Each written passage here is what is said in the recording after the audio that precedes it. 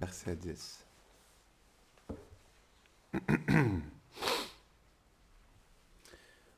Om Namo Bhagavate Vasudevaya.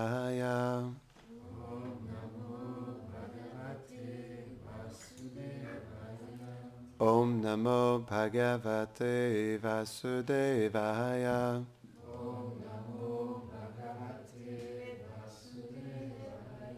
Om Namo Bhagavate Vasudevaya.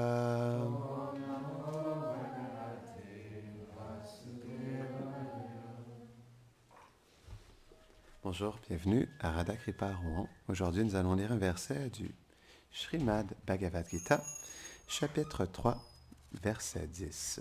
C'est le chapitre sur le Karma Yoga, l'action dans la conscience de Krishna. Sahayagya prajasritsva puro vacha prajapati anena prasavishyatvam eshavostvistaka madhuk. Traduction. Au début de la création, Brahma créa différents êtres, les hommes, les demi-dieux, et les sacrifices offerts à Vishnu, ainsi que des prêtres qualifiés pour les effectuer. Après quoi, il les bénit en disant « Puissiez-vous prospérer et voir tous vos désirs comblés en accomplissant ce sacrifice. » Commentaire. Dans son émanation plénière de Karano Dakashi Vishnu, Krishna manifeste un grand nombre d'univers à chaque expiration. Puis il entre en chacun d'eux sous sa forme de Garbo Dakshayi Vishnu.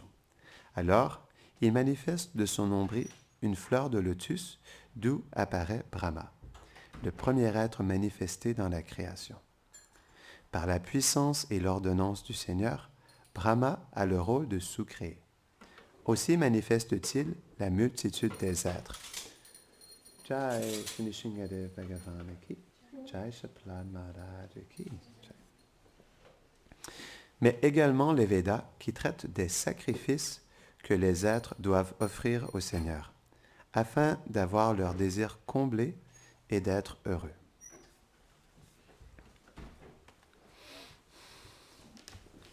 Om Gyana Timirandasya Gyananjara Sharakaya Chakshurunmiritam Jaina Tasmai Shri Gurave Namaha Shri Chaitanya Manobishtam Stapitam Jaina Bhutare Swayam Rupa Kadamayam Dadati Svapadantikam He Krishna Karuna Sindho Dina Bandho Jagatpate Gopesha Gopika Kanta Radha Kanta Namostude Tapta Kanchana Gaurangi Radhe Brindavaneshwari Vrishabhanu Sude Devi Pranamami Hari Priye Vanchakalpatarupyashta Kripa Sindhubhya Vacha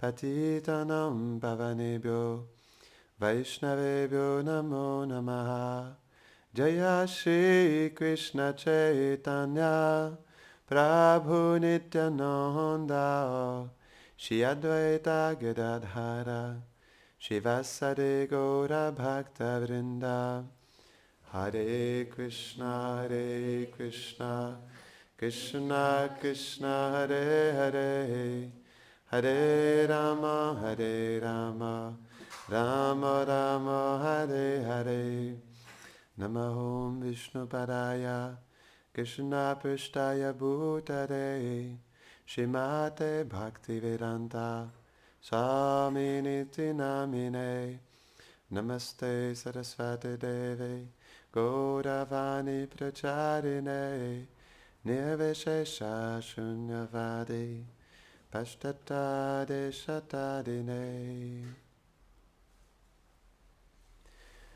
Donc on cherche tous à être heureux. en général, on pourrait se dire que le but de la vie humaine est d'être heureux, non? Tous les êtres veulent être heureux, personne ne veut être malheureux. Ça, c'est certain. Jai. Jai Shishi Nitai Vishwamba Ki. Jai Shishi Nanda Jashoda Krishna Balaram Shisubal Sakaki. Jai Shishi Dhavari Yamuna Mataki. Jai Shishi Radha Madan Mohanaki.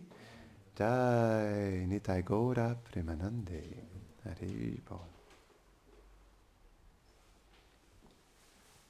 Donc tout le monde cherche le bonheur.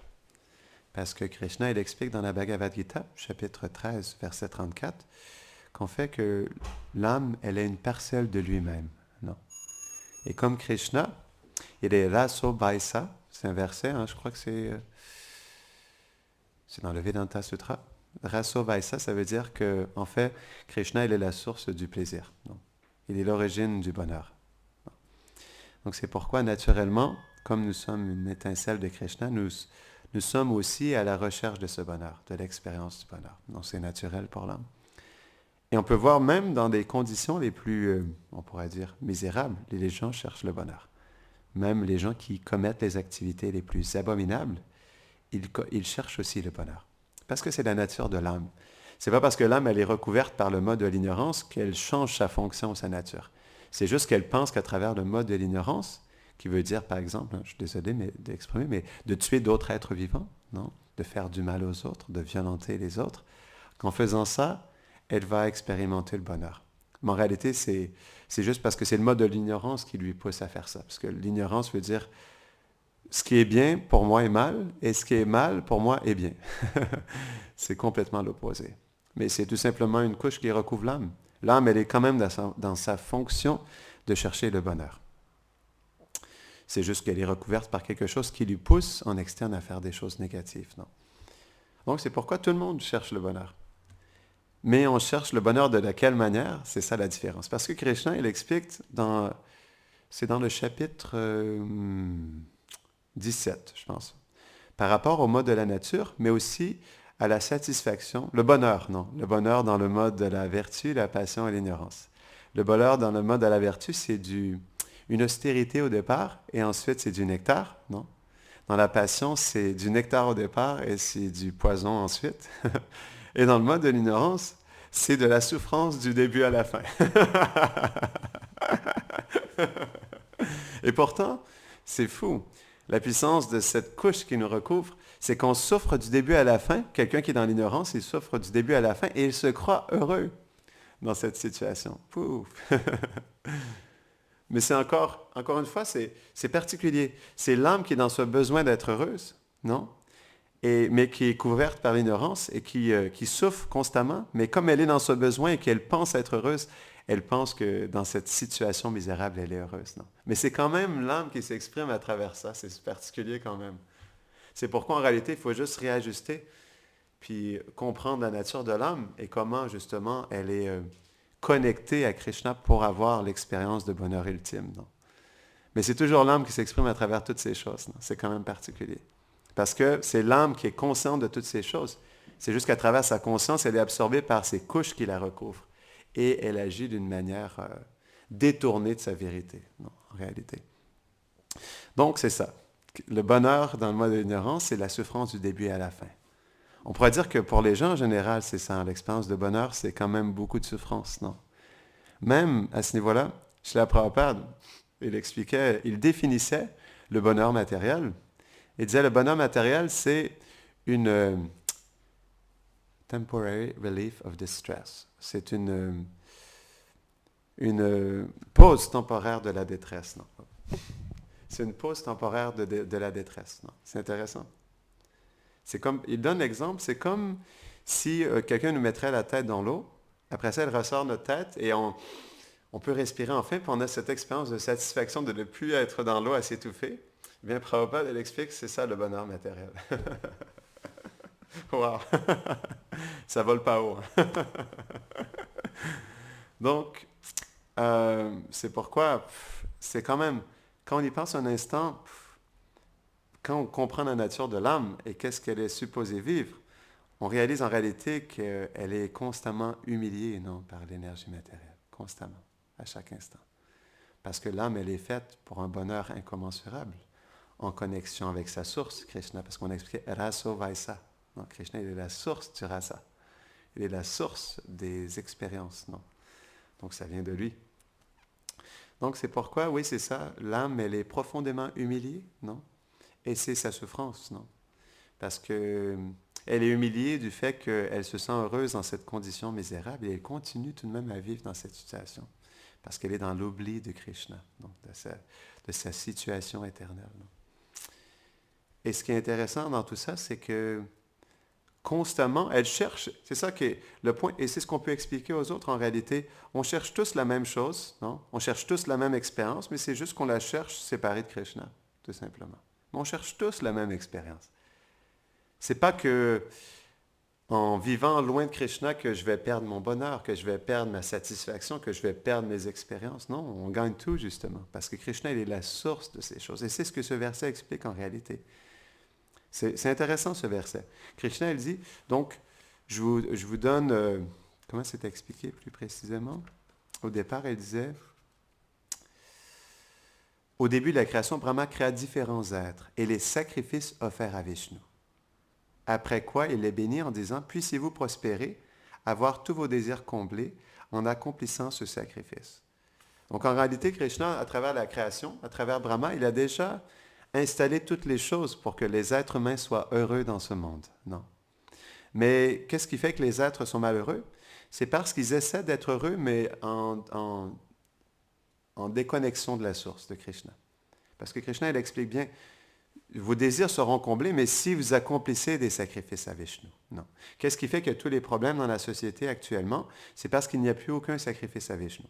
C'est expliqué dans le temps des rois védiques, qui étaient des hommes saints, des âmes réalisées. Ils s'assuraient qu'il y ait un sacrifice constant à Vishnu, en fait, chez tous les êtres vivants, dans toute la société. Et c'est pourquoi c'est même expliqué, il n'y avait aucune famine, et même il pleuvait la nuit, pas le jour. Non, on n'avait pas besoin de parapluie. Il pleuvait la nuit pour que les légumes puissent pousser. Non? Donc c'est intéressant, c'est même expliqué, c'est intéressant. Ça, c'est grâce au sacrifice à Vishnu. Non? C'est même expliqué qu'il n'y avait même pas besoin de cultiver la terre, que les légumes poussaient tout seuls par eux-mêmes. Parce qu'on voit, si vous allez dans la forêt, et j'ai vu ça personnellement quand je marchais avec mon premier maître spirituel, on marchait dans les montagnes, dans les forêts, non? Et il y avait tellement de choses qu'on pouvait offrir à Krishna. Il y avait des quenouilles, non? Vous connaissez ça, les quenouilles? Ça existe en France, les quenouilles? Vous ne connaissez pas les quenouilles? Donc, les quenouilles, ça pousse dans des étangs et en fait, c'est très particulier. C'est comme une plante qui pousse et qui monte très haut et ça a comme la forme d'un pogo. Vous voyez, ça existe en France? Non, non, ça existe. Pogo, vous connaissez? Je ne sais pas comment expliquer ça. En tout cas, c'est une plante particulière. Vous regarderez la quenouille, OK, sur Internet. C'est dur à expliquer. Mais lorsqu'on prend la quenouille, au bout, en fait, la racine, vous enlevez la couche qui la recouvre et ça a vraiment le goût rafraîchissant du concombre. Non? Et il y en a partout, ça pousse partout au Canada. Il y a aussi de la moutarde sauvage, il y avait des petites baies sauvages qu'on pouvait trouver. Donc, ça pousse naturellement, non? C'est sûr que ce n'est pas dans la même quantité qu'auparavant. Donc, c'est expliqué, hein? Quand les rois faisaient des sacrifices à Vishnu, il y avait des forêts entières de pommiers, de fruits, de petites baies, non? C'était l'opulence, non? Et on voit dans notre société, qu'est-ce qui se passe aujourd'hui? C'est le contraire, hein? Parce que c'est une société qui est basée sur la passion et l'ignorance. Et donc, il n'y a plus d'opulence, non? Qu'est-ce qu'il y a? Il n'y a plus aucune opulence, il n'y a que la misère en réalité, non? Il n'y a que la souffrance. Il n'y a que la scarcity, le manque, en réalité, non. Il manque de nourriture, il manque d'eau, non, il manque d'eau potable, il manque tellement de choses, non. Et tout simplement parce que les gens ne font plus de sacrifices à Vishnu. Parce qu'il faut comprendre que Krishna, il crée ce monde d'une certaine manière. C'est quand même intéressant. Krishna, il a créé ce monde d'une manière très particulière qui fonctionne avec des règles cosmiques, non, dont le karma, le sacrifice, non. Mais l'homme, dans son illusion, croit qu'il peut créer ses propres règles, non? Qu'il peut inventer des règles dans ce monde, qu'il peut décider comment la création s'est manifestée, non? C'est quand même balèze. Ça, c'est la puissance de l'illusion, non? C'est sa tendance à se tricher soi-même et les autres qui nous pousse à croire que je peux inventer mes propres règles, non? Et donc, c'est ce qui pousse les êtres humains, justement, à inventer toutes sortes de choses, en réalité. Non? Mais si on comprend les règles qui sont définies par Dieu, qui est quand même la personne originelle, Krishna, dans le chapitre 14, verset 27, il dit « Je suis la base du Brahman. Non. Je suis la fondation du Brahman. Tout, en fait, est connecté à moi comme des perles sur un collier de perles. Non? Donc, tout est connecté à Krishna, tout est en harmonie avec lui parce qu'il est le centre. Non, il est le centre de tout. Donc, tout, excusez-moi, j'ai tellement de mots anglais, revolve around. Tout tourne autour, en fait, du centre qui est Krishna. Donc, c'est pourquoi, comme les êtres vivants, ils enlèvent Krishna du centre et ils essaient de se mettre eux dans le centre. C'est ce qui crée tous les problèmes dans la société, en réalité. Non? Tout le chaos, non? Toute la désharmonie, en réalité. Donc, le sacrifice est quelque chose de très intéressant parce que ce n'est pas seulement comment ce monde fonctionne, mais Krishna, il donne ça aussi pour permettre à l'être, c'est intéressant dans ce verset, il permet à l'être de réaliser ses désirs, mais en connexion avec sa nature éternelle aussi, à sa fonction éternelle. Ce qui fait qu'il reste connecté à Dieu même à travers ses désirs matériels. Donc, ce n'est pas la plateforme ultime, ce n'est pas la plateforme la plus élevée, mais Krishna, il explique ce qu'on appelle l'action désintéressée. C'est qu'on engage nos désirs, mais dans le service de Krishna, et on lui offre les résultats. C'est ça le sacrifice. En faisant ça, on se libère du vikarma. Vikarma, c'est le karma négatif qui empêtre l'être dans les réactions karmiques. Non? Donc, pourquoi Krishna, il donne une opportunité, un espace pour les âmes conditionnées qui veulent réaliser leurs désirs dans ce monde, de les réaliser mais en connexion avec lui et en même temps, en les réalisant, de se protéger des effets négatifs du karma. Non? Et donc, c'est comme ça qu'ils peuvent combler leurs désirs et être heureux en connexion avec Krishna. Parce que c'est lui, comme il explique, non, c'est pas dans la Bhagavad Gita, mais il explique que c'est lui, Yagyarto, c'est dans les Upanishads. En fait, c'est lui qui est le sacrifice. Ah non, c'est aussi dans la Gita, il y a tout dans la Gita. Il dit en fait qu'il est à la fois c'est quoi le verset? Je crois que c'est dans le 9e chapitre. Il est à la fois le sacrifice, l'auteur du sacrifice et le résultat du sacrifice. Non? Donc, c'est toujours Krishna en réalité. Donc, c'est pourquoi il nous donne ça, mais c'est toujours lui qui est derrière tout ça de toute façon. Non? Mais il permet à l'être de commencer à être connecté à lui. Donc, en faisant ça, l'être accomplit des activités pieuses parce qu'il les connecte à Dieu. Il réalise ses désirs matériels et graduellement, comme il se connecte à Dieu, cette connexion fait en sorte, à travers les activités pieuses, que son cœur se purifie et qu'il devient plus disposé à la dévotion envers Krishna. Mais ça ne veut pas dire que des activités pieuses naissent la dévotion. C'est juste qu'il y a une disposition dans la vertu qui nous rend plus propices à accepter la dévotion dans notre vie. Parce que la dévotion en soi, ce n'est pas quelque chose qui vient de nos activités matérielles.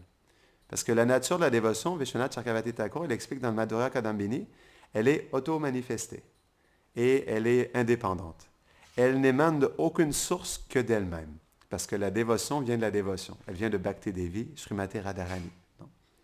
Donc, c'est pourquoi, en réalité, c'est ce qui est intéressant avec le chemin de la dévotion. C'est différent de tous les autres chemins que Krishna explique dans la Bhagavad Gita, parce qu'on sait que la Gita, c'est quand même la science du yoga, où Krishna, il explique les aspects principaux du yoga, plutôt les branches principales, comme le karma yoga, le jnana yoga, et le yoga en soi, plutôt le yoga méditatif, où on cherche à atteindre les puissances mystiques, les perfections mystiques, mais aussi à pouvoir percevoir Krishna qui est dans notre cœur, qui est présent dans notre cœur. Donc ça, c'est les 3 branches principales avant, on pourrait dire, la cime du yoga, qui est le yoga de la dévotion, la bhakti yoga. Non? Et donc, ces 3 chemins-là, donc par l'accomplissement de ces activités, on peut justement faire des expériences. Mais en même temps, c'est ce qui est expliqué, c'est intéressant, même à travers le karma yoga, qui veut dire on accomplit des actions en lien avec Vishnu, dans le but de faire un sacrifice à Vishnu, c'est ça le karma kanda, non? Après ça, il y a jnana yoga, qui est le fait de méditer à travers la connaissance, de comprendre la nature de l'âme, la nature du divin et la nature de ce monde, et à travers cette connaissance de se libérer en fait des attachements, se libérer de la souffrance, non?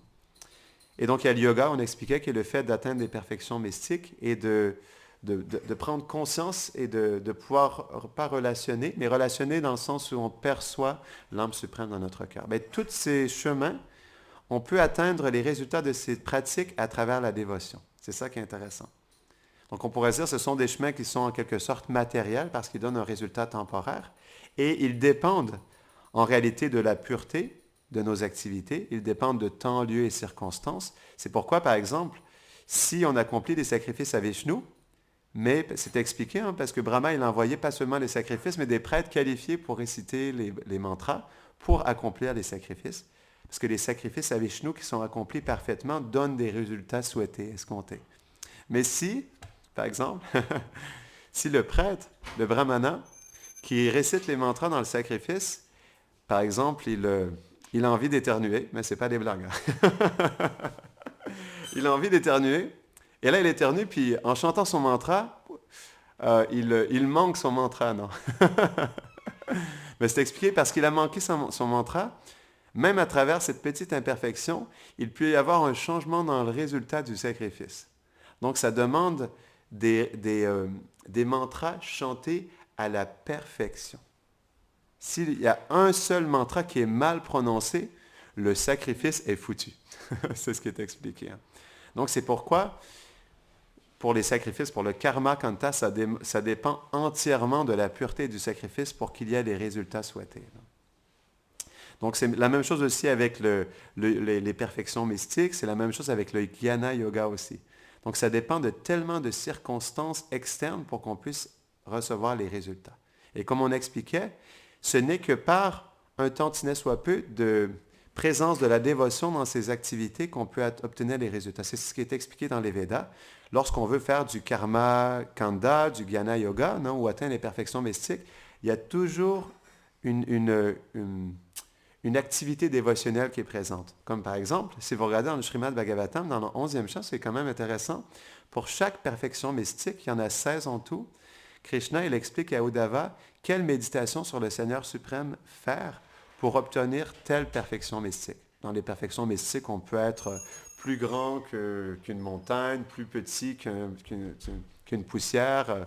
On peut être invisible, on peut contrôler le mental des autres, on peut créer une planète, non?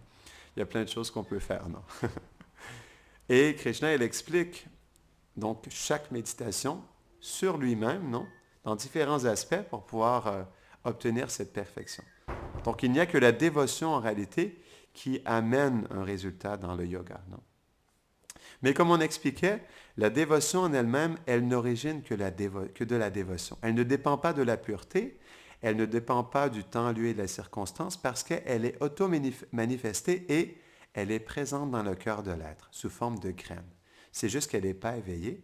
Et comme la dévotion vient de la dévotion, c'est lorsqu'une personne qui a cette dévotion éveillée en elle, elle infuse notre graine intérieure, non, de sa dévotion de cette personne, qu'elle devient éveillée. Donc, c'est comme de l'eau qui arrose cette graine. Non?